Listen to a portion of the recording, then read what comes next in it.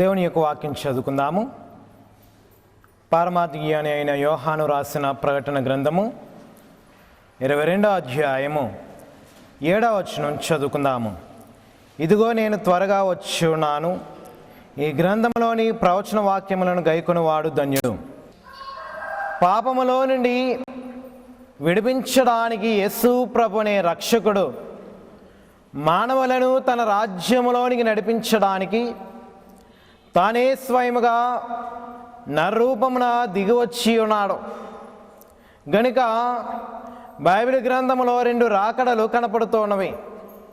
ఈ యొక్క మొదటి రాకడ బైబిల్ గ్రంథములో మత్తయి సువార్తలో మనం చూస్తే, 2వ రాకడ పరమార్థ జ్ఞాని అయిన యోహాను రాసినటువంటి ప్రకటన గ్రంథములో కనపడుచున్నది. ఈ యొక్క ప్రకటన గ్రంథము చాలా మర్మైనటువంటి గ్రంథము. ప్రకటన గ్రంథములో దేవుని యొక్క పారమార్థమైనటువంటి సంగతులను యోహాను ద్వారా ఆత్మవశుడై ఆత్మ తండ్రి అందించినటువంటి వాక్యమును ఈ యొక్క గ్రంథములో లిఖించినట్లుగా మనము చూస్తూ ఉన్నాము. భవిష్యత్ వర్తమాన కాలములలో 3 కాలములలో జరిగే సంగతులని గ్రంథములో ఇమిడ్చినట్లుగా మనము చూస్తూ ఉన్నాం.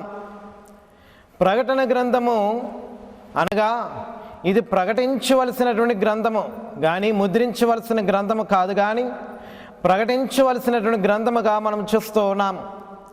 ప్రకటన అనగా టముకు లేక దండోరా అని అర్థమనిచ్చేది యొక్క ప్రకటన గ్రంథము. ప్రకటన గ్రంథములో అనేకమైనటువంటి రాబోయే సంగతులను దేవుని యొక్క ఆత్మచేత నింపబడినటువంటి ఈ యొక్క యోహాను, పద్మాసు ద్వీపంలో పరవాస అయినటువంటి ఈ యొక్క యోహాను వ్రాసినట్లుగా మనము చూస్తూ ఉన్నాం. గనుక ఈ యొక్క ప్రకటన గ్రంథము అనేకమైనటువంటి క్రొత్త సంగతులను తెలుపుతున్నది. దీనిలో 7 అనే సంఖ్య చాలా ప్రాముఖ్యమైనట్లుగా మనము చూస్తూ ఉన్నాము. 7 లోకములని, 7 కిరీటాలని, 7 నక్షత్రములని, ఎలాగున చూస్తే 7 దీపస్తంభములని, ఎలాగున అనేకమైనటువంటి సంగతులతో ఈ యొక్క ప్రకటన గ్రంథము లిఖించబడినది. దీనిలో 2 కనపడుతూ ఉన్నారు.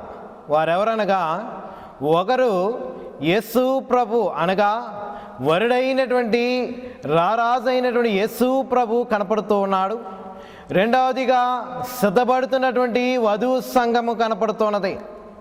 గనుక ప్రభు యొక్క రాకడను మనము చూస్తే ఈ యొక్క సంఘము ప్రభు మిళితమై పరలోకమునకు చేరేదై ఉన్నది. ఈ యొక్క రాకడ యొక్క సారాంశము. ఈ యొక్క నెల 2వ రాకడ నెల అయి ఉన్నది. గనుక ఈ యొక్క 2వ రాకడ నెలలో మనము ఉన్నాము. గనుక రాకడను గురించి కొద్దిగా మనము దేవుని యొక్క వాక్యములో వివరించుకుందాము. ఇక్కడ దేవుని యొక్క సన్నిధిలోనికి వచ్చిన వారులారా, ఇక్కడ 2 రాకడలు కనపడుతున్నది. ఏమిటి 2 రాకడలు? ఏమిటి మొదటి రాకడ అంటే ఏమిటి, 2వ రాకడ అంటే ఏమిటి అనేది మనం చూస్తే, నరుడుగా మానవులను రక్షించడానికి యేసు ప్రభువే రక్షకుడిగా దిగివచ్చి ఉన్నాడు గనుక ఇది మొదటి రాకడ అయి ఉన్నది. 2వదిగా యేసు ప్రభు మధ్యాకాశములోనికి రారాజుగా పెళ్లి కుమార్తె అయినటువంటి సంఘమును తీసుకుని వెళ్ళడానికి మధ్యాకాశములో 2వసారి వస్తున్నాడు గనుక ఇది 2వ రాకడ నెల అయి ఉన్నది. 2వ రాకడ కాలమై ఉన్నది. గనుక దీనిలో మనము సిద్ధపడి ఉండాలని బైబిల్ గ్రంథము చెప్తూ ఉన్నది. ఇక్కడ మనము చదువుకున్నటువంటి వాక్య భాగములో మనము చూస్తే, ఇదిగో నేను త్వరగా వచ్చున్నానని వ్రాస్తూ ఉన్నాడు. గనుక బైబిల్ గ్రంథములో ప్రభు చెప్పినటువంటి రాకడను గూర్చినటువంటి మాట ఈ యొక్క యోహాను శిష్యుడైనటువంటి యోహాను రాస్తూ ఉన్నాడు ఈ యొక్క ప్రకటన గ్రంథములో. ఇదిగో నేను త్వరగా వచ్చి ఉన్నాను. గనుక ఈ యొక్క రాకడను గూర్చి ప్రభు చెప్పారు. చాలామంది కాలంలో 2వ రాకడ లేదు, రాకడనేది లేదు అని చెబుతూ ఉన్నారు. కానీ ప్రభువే ఈ యొక్క రాకడను గురించి చెప్పి ఉన్నారు. మనం చదువుకుంటే యోహాను సువార్త 14వ అధ్యాయము 2వ వచనములో మనము చూస్తే, నా తండ్రి ఇంట అనేక నివాసములు కలవు, లేని ఎడల మీతో చెప్పుదును. మీకు స్థలము సిద్ధపరచి వెలుచున్నాను.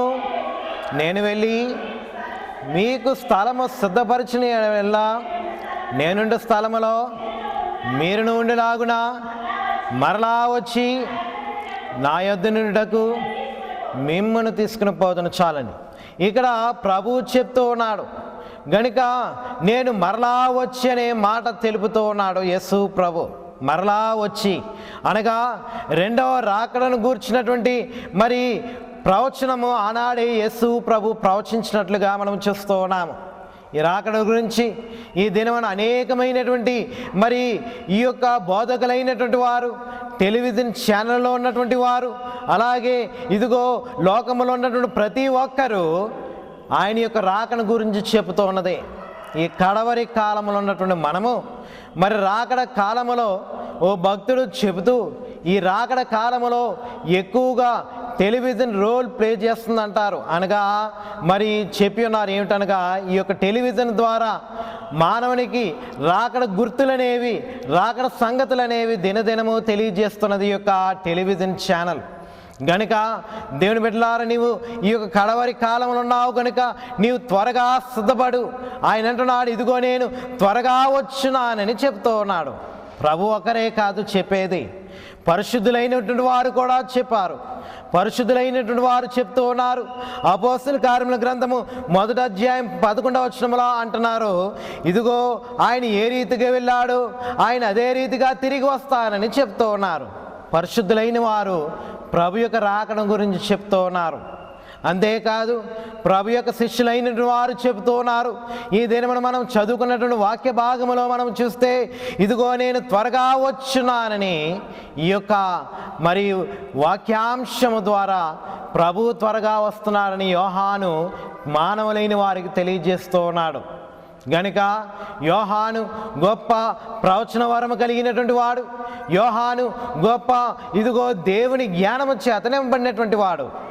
దేవుడు ఈ ప్రకటన గ్రంథమును రాయడానికి యోహాననే ఒక జాలరిని వాడుకున్నాడు. జాలరు రాస్తున్నటువంటి ప్రకటన గ్రంథము ఈ దినమున బైబిల్ వేదాంత పండితులు సైతము అర్థము కానటువంటి విధముగా ఆనాడే ఆత్మ తండ్రి ఆత్మతో నింపి యోహానును మరి బైబిల్ గ్రంథములో ఈ యొక్క ప్రకటన గ్రంథమును రాసి ఉన్నాడు. ఈ ప్రకటన గ్రంథం అంటే సాతానుకి ఇష్టం ఉండదు. ఆది కాండమన్నా ప్రకటన గ్రంథం అన్నా ఇష్టం ఉండదు. ఎందుచేతనగా సాతాను యొక్క ప్రవేశం ఆది కాండములో ఉంటే సాతాను యొక్క నాశనము ప్రకటన గ్రంథములో ఉన్నది. గనుక బైబిల్ గ్రంథము మరి చిరుగుట అనేది ప్రారంభిస్తే ఆది కాండమైనా చిరిగిపోతుంది, ప్రకటన గ్రంథమైనా చిరిగిపోతుంది. గనుక ఈ యొక్క ప్రకటన గ్రంథం అంటే అపవాదికి ఇష్టం ఉండదు. ఎందుకనగా దీనిలో అపవాది అయినటువంటి సాతాను ఇదిగో ప్రభు జయించి సాతాను యొక్క ఇదిగో స్థితిని దూరపరిచినట్లుగా మనం చూస్తూ ఉన్నాము. సాతాను నరకములో పడవేసినట్లుగా మనం చూస్తూ ఉన్నాము. గనుక ఈ యొక్క ప్రకటన గ్రంథంలో చెప్పబడినటువంటి మాటలు మరి జాగ్రత్తగా ఈ దినమున మనం గైకొందాము. గనుక పౌలు అంటున్నాడు, ఆయన యొక్క రాకను గురించి చెబుతూ ఉన్నాడు.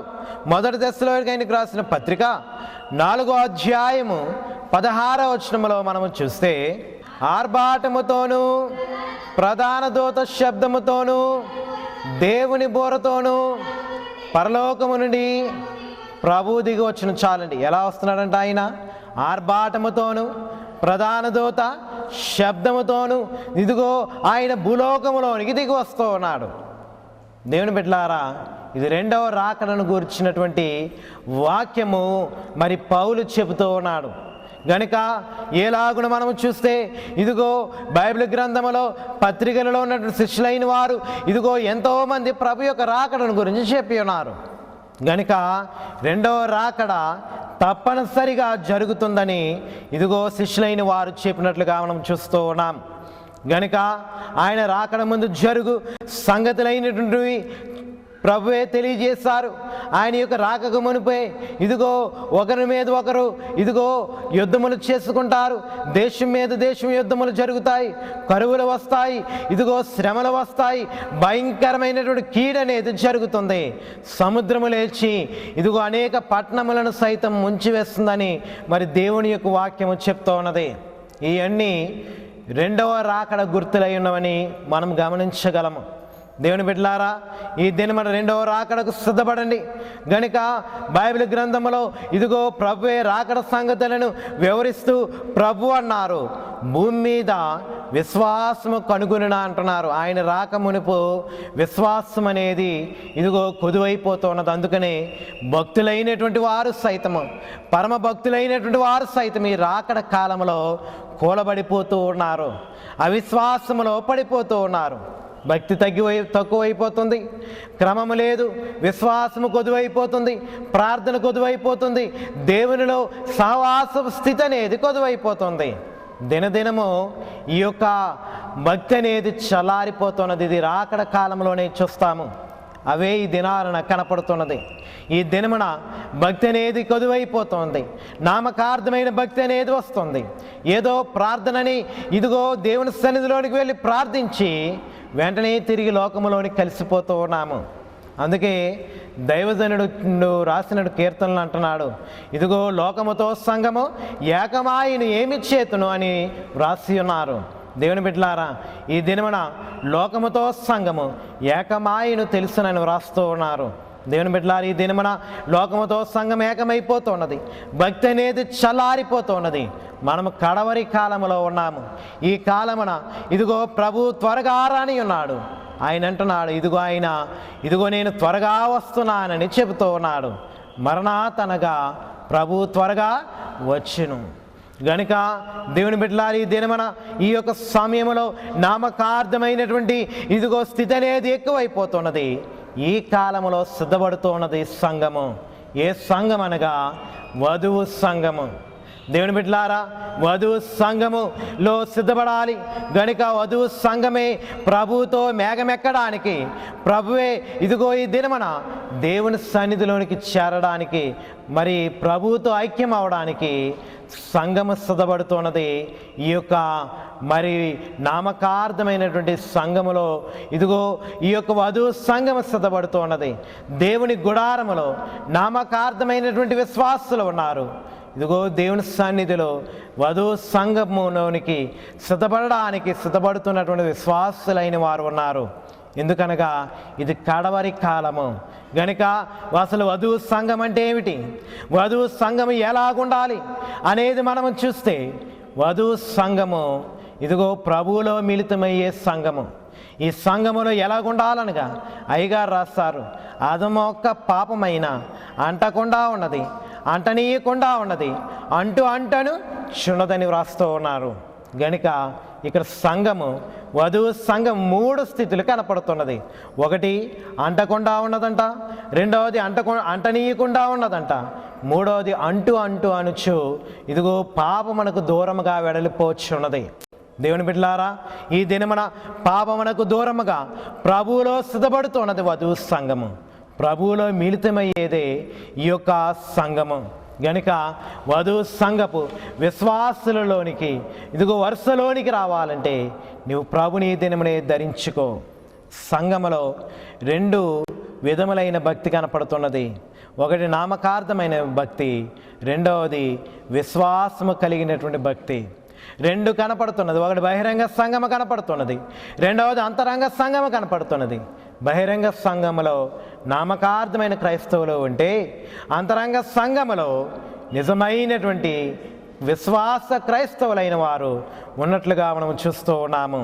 గనుక బైబిల్ గ్రంథములో మనము చూస్తే వధువు సంఘము వరుసలో ఉన్నటువంటి వాడు యోసేపు పాపమును అంటనటువంటి వాడు, పాపము నుండి దూరముగా పారిపోయినటువంటి వాడు. పాపమే యోసేపును తరిమినది కానీ పాపమునకు దొరకలేదు యోసేపు. గనుక యోసేపు పాపమును దూరముగా పారిపోయాడు. యోసేపు వలె సంఘము ఉండాలి, సిద్ధపడుతున్నటువంటి వధువు సంఘం ఉండాలి. గనుక రాజు అయినటువంటి దావీదు పాపమును అంటుకున్నాడు, కానీ